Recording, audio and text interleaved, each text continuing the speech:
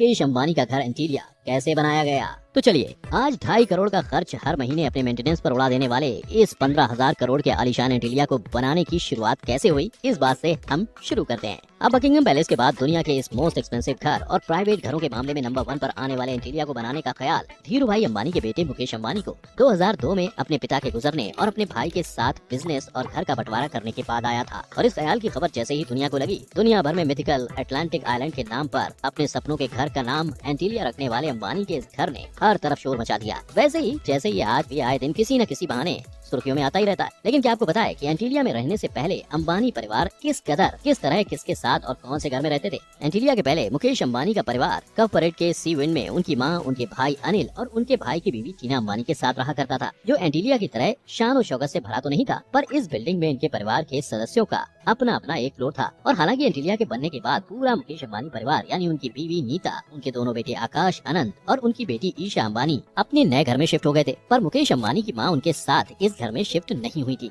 और उनकी मां के इस डिसीजन की कहानी तो गूगल भैया ने किसी को भी सुनाने से इनकार कर दिया है। और जरा मुझसे ये सुनो कि आप अपने सपनों के घर पे कितना खर्च कर सकते हो? लाखों का, करोड़ों का, बस। लेकिन मुकेश अंबानी ने 21 करोड़ चिल्लर की तरह बहाकर सिर्फ और सिर्फ एंटीलिया का प्लॉट खरीदा था। और इतना खर्चा तो बनता है ना बिडू। आखिर हम वर्ल्ड के वन ऑफ द रिचेस्ट और एशिया के उस रिचेस्ट मैन की बात कर रहे हैं जो 2020 से हर घंटे 90 करोड़ कमा रहे हैं। पर इस जमीन को खरीदना उनके लिए इतना आसान नहीं था, क्योंकि अपने सपनों के घर का भार झेलने के लिए उन्हें जो जमीन पसंद आई थी वो साउथ मुंबई अल्टामाउंट रोड के करीम भाई इब्राहिम खोजा यतीम खाना, जिसमें 60 अनाथ बच्चे थे और जिसे वक्फ बोर्ड रन करता था, उनके हाथों में थी। यानी एक तरह से ये जमीन रिलीजियस और चैरिटेबल प्रॉपर्टी थी, जिसे खरीदने के लिए मुकेश अंबानी को कई पापड़ बेलने पड़े, क्योंकि आज 80,000 से 85,000 पर स्क्वायर फीट पर बिकने वाली इस जगह के सेलिंग की रिक्वेस्ट डालने के बाद भी इस रिक्वेस्ट को एक्सेप्टेंस 3 महीने बाद मिली थी। पर जैसे ही इसकी सेलिंग रिक्वेस्ट एक्सेप्ट हुई, अंबानी ने इसे 21 करोड़ में खरीद लिया। लेकिन इसे खरीदने के बाद भी कई कंट्रोवर्सीज हुई, जिनमें उन्होंने इसे कम पैसों में खरीदा है ये बताया गया। पर इससे अंबानी को कोई फर्क नहीं पड़ा, क्योंकि उन्हें खुद वक्फ बोर्ड ने नो ऑब्जेक्शन सर्टिफिकेट दिया था। यानी मुकेश अंबानी के सपनों के घर को हकीकत की जमीन मिल गई थी। तो बस अब कमी थी उनके सपनों को आकार देने की। और भले इस बिल्डिंग को देखकर आपको लगे कि किसी 2 साल के बच्चे ने ये आड़ी तिरछी लाइंस बनाई होगी, पर नहीं, इस घर की डिजाइनिंग करने के लिए अंबानी ने एक नहीं 2 कंपनीज को हायर किया। एक Chicago based architecture firm Perkins and Will और दूसरी Los Angeles based architecture firm Fishbender Associates. और इन दोनों कंपनीज को चुनने की सबसे बड़ी वजह थी नीता अंबानी, जो इन दोनों फर्म के डिजाइन किए हुए मैंडेरियन ओरिएंटल यानी न्यूयॉर्क के 5 स्टार होटल के कंटेम्परेरी एशियन इंटीरियर से इतनी इम्प्रेस हुई थी कि इन्हें अपने सपनों का घर इन्हीं फर्म से डिजाइन करवाना था। तो बस अंबानी ने अपनी पत्नी की ख्वाहिश पूरी कर दी, जिसके बाद डिजाइनर्स ने नीता अंबानी के साथ मिलकर घर के हर पहलू को समझा और उनके घर की डिजाइनिंग में कोई कमी नहीं रहने दी, जिसमें खुद नीता अंबानी ने भी इंटीरियर डिजाइन के आइडियाज दिए। और जब 2003 में ये प्लान ब्रह्म मुंबई म्युनिसिपल कॉर्पोरेशन के पास पहुंचा, तो इस बिल्डिंग प्लान को उन्होंने ग्रीन सिग्नल दे दिया। लेकिन खुद मुकेश अंबानी ने इस घर के कंस्ट्रक्शन को शुरू होने का सिग्नल 2006 तक नहीं दिया। पर क्यों? शायद इसलिए क्योंकि मुकेश अंबानी कोई भी जल्दबाजी करना नहीं चाहते थे। और जल्दबाजी करते भी कैसे, क्योंकि इस घर में उनके खून पसीने की कमाई के करोड़ों रुपए खर्च होने वाले थे। खैर 2006 में उन्होंने 570 फीट की 27 फ्लोर वाली अपनी इस बिल्डिंग का construction imported from construction companies यानी लेटन एशिया और दूसरी company BE Billimoria and company limited को सौंप कर शुरू करवाया। पर इस घर को खड़ा करने से पहले इस घर की नींव को मजबूत करना बेहद जरूरी था, और इसीलिए उनके घर के नीचे कुछ इस तरह 200 आयरन पिलर्स की नींव रखी गई, जैसे दुनिया की टॉलेस्ट बिल्डिंग बुर्ज खलीफा के फाउंडेशन में रखा गया था। और एंटीलिया की नींव में लगे लोखंड के ये पाइप्स ही हैं, जिसकी वजह से 8 रिक्टर स्केल की तीव्रता का भूकंप का झटका इस घर की बुनियाद को हिला नहीं सकता। पर कोई भी कहानी बिना ट्विस्ट के कैसे पूरी हो सकती है ना? तो अब आता है अंबानी के एंटीलिया की मेकिंग में वो ट्विस्ट जिसने इस घर को बनने से मानो रोक ही दिया था। और इस ट्विस्ट का नाम था चुपती जलती गर्मी। हाँ, क्योंकि डिजाइनिंग और कंस्ट्रक्शन करने वाली दोनों ही कंपनियां शायद मुंबई की कड़कती हुई धूप की जलन को अपने कैलकुलेशन में लेना भूल गई थी, जो बिल्डिंग के कंस्ट्रक्शन में लगने वाले कंक्रीट को इस्तेमाल होने से पहले ही सुखाकर सख्त कर दे रहा था, जिसका यूज ऑब्वियसली बिल्डिंग के लिए नहीं किया जा सकता था। पर इस धूप से बचने का रास्ता भी क्या था? अब दिन की धूप से डरकर आधी रात को तो कंस्ट्रक्शन नहीं कर सकते ना? क्या कर सकते हैं? क्योंकि अंबानी ने यही किया, दिन की बजाय कंस्ट्रक्शन रात में शुरू करा दिया, जहां वर्कर्स रात में 30 डिग्री सेल्सियस होने के बाद काम शुरू करते थे। एंड दिस जुगाड़ वर्क। देखते ही देखते बिल्डिंग एक एक मंजिला ऊंची होती गई और सिर्फ 4 साल की कड़ी मेहनत के बाद इसने मुंबई के आसमान को छू लिया।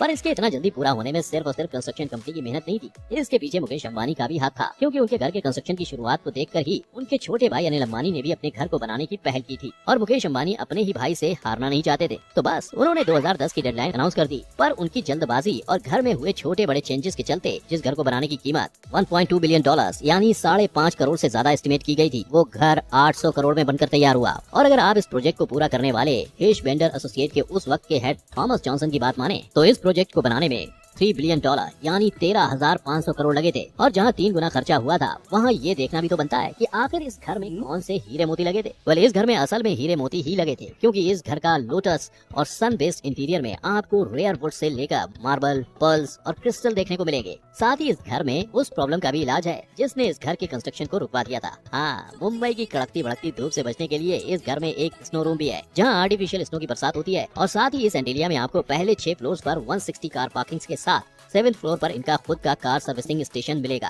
आप थोड़ा सा ऊपर बढ़ेंगे तो आपको 9वीं मंजिल पर मिलेगी लॉबी, जहां से 9 हाई स्पीड एलिवेटर्स आपको बिल्डिंग के अलग अलग फ्लोर्स तक पहुंचाने के इंतजार में बैठे मिलेंगे। साथ ही इस बिल्डिंग का हर एक फ्लोर एक 2 मंजिला बिल्डिंग के बराबर है और उसमें इन्होंने 2 फ्लोर रिक्रिएशन एक्टिविटीज के लिए रखे हैं, जिसमें 14th फ्लोर पर 3 स्विमिंग पूल्स हैं, जहां एक salon, health spa, yoga centre और नीता अंबानी जो एक ट्रेंड भरतनाट्यम डांसर हैं, उनके लिए डांस स्टूडियो है। इसके अलावा 3 माले का Babylon inspire hanging garden, health care, 80% से ज्यादा क्रिस्टल कवर्ड रूफ वाला आलीशान बॉलरूम, 50 लोगों की सिटिंग वाला private theatre, ice cream parlour, roof पर 3 हेलीपैड्स और 600 स्टाफ मेंबर्स के एकोमोडेशन की जगह है। एंड बिल्डिंग के टॉप 6 फ्लोर अंबानी परिवार के 5 मेंबर्स के लिए रेजिडेंशियल स्पेस है। लेकिन सबसे बड़ी बात यह है कि वास्तु शास्त्र पर ध्यान देते हुए एक एक ईंट को रखकर बनाए गए इस घर में इनकी पूजा के लिए अपना मंदिर तो है ही, यहाँ आपको गणेश जी और बुद्ध भगवान जैसे कई देवताओं की मूर्तियाँ भी देखने को मिलेंगी। पर घर में मौजूद इतने सारे भगवानों के होते हुए भी 2010 में बन चुके इस घर में अंबानी ने 2012 में ही कदम रखा था। वजह वास्तु दोष। सही सुना आपने, जैसा मैंने आपको बताया इस घर की एक एक ईंट वास्तु को ध्यान में रखकर लगाई गई थी। पर 2010 में घर के कंप्लीट होने के बाद भी वास्तु दोष और सही मुहूर्त न होने के चलते मुकेश अंबानी ने अपने ख्वाबों के आशियाने में पैर रखने से पहले 2 साल का इंतजार किया था। हालांकि पूरे अंबानी परिवार ने इस बात से साफ इनकार किया है, पर एक तरफ इनकी मनाही थी और दूसरी तरफ एंटीलिया के गृह प्रवेश की 10 दिन चलने वाली पूजा, जो अपने आप में ही इस बात की गवाही दे रही थी कि अगर वास्तु दोष नहीं था तो घर में क्या प्रॉब्लम थी। और 10 दिन चली इस पूजा को 2, 4, 10 नहीं, पूरे 50 जाने माने पंडितों की टीम ने संपन्न करवाया था, जिसके बाद अंबानी विद सह परिवार अपने एंटीलिया में प्रवेश कर रहने पहुंच गए थे। लेकिन इसके बावजूद मुकेश अंबानी पर उठने वाले सवालों की लड़ी खत्म नहीं हुई, क्योंकि बहुत से आर्किटेक्चर्स ने तो एंटीलिया को एक आर्किटेक्चरल परफेक्शन कहने की बजाय आर्किटेक्चरल डिजास्टर तक कह दिया। और सिर्फ आर्किटेक्ट्स ही नहीं, खुद इंडिया के टॉप रिचेस्ट मैन में से एक रतन टाटा ने एंटीलिया को ऐसे रिच इंडियंस का एग्जाम्पल बताया जिनके पास गरीबों के लिए हमदर्दी नहीं है। क्या आपको भी लगता है करोड़ों के इस घर को बनाने वाले अंबानी ने अपने सपनों के घर पर ज्यादा ही खर्च कर डाला, और अगर वो ये घर ना बनाते तो अपना पैसा कहाँ डाल सकते थे? इसका जवाब आप मुझे नीचे कमेंट सेक्शन में जरूर बता सकते हैं। वीडियो पसंद आई हो तो इसे लाइक, शेयर और मेरे चैनल को सब्सक्राइब जरूर